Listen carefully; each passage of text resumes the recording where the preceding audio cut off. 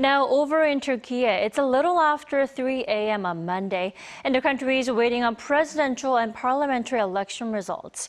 President Recep Tayyip Erdogan and his main opposition candidate Kemal Kilicdaroglu are in fierce competition. For more updates, we have our Lee Shi-hoo on the line with us. Shi-hoo, how are the results of the election looking at the moment?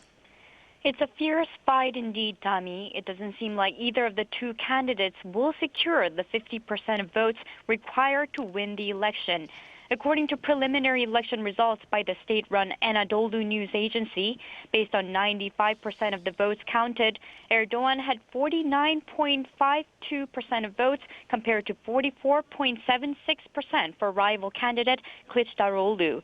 The third candidate, Sinan Ogan, received 5.28% of votes. If neither candidate can secure more than half of the votes, there will be a runoff between the top two contenders 2 weeks from now on, May 28th. Now, the race poses the biggest challenge yet to Turkey's strongman leader Erdogan. Now, Shi-hoo, please give us some background on Erdogan.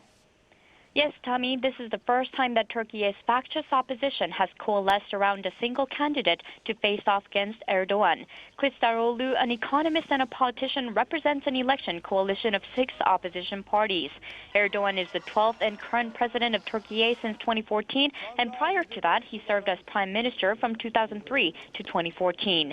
Now, these elections come at a critical time, less than 3 months after a vicious earthquake in early February killed more than 50,000 people in southern Türkiye and northern Syria.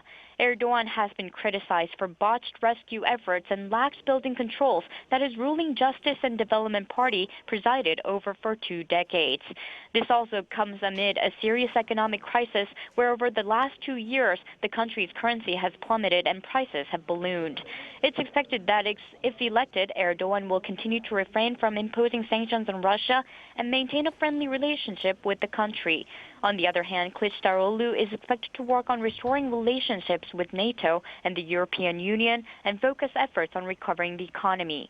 That's all I have for now, and I'll be back with more updates in a later newscast. Back to you, Dami.